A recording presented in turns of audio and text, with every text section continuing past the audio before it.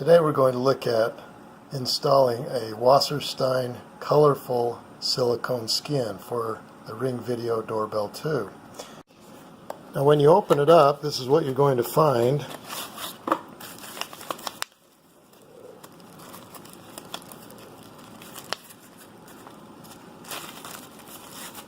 You're going to have the skin, and then you've got some instructions and just a little information sheet. So we'll go ahead and install this, and you can see what it looks like. And this is a really great product because you can get various colors, and it's just a different look for your Ring Video Doorbell 2.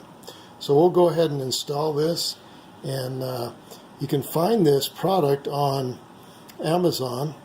We're going to go ahead and install this. It's really simple. It's made of silicone, and you just slip it on and pull it back as far as you can. You want a nice tight fit.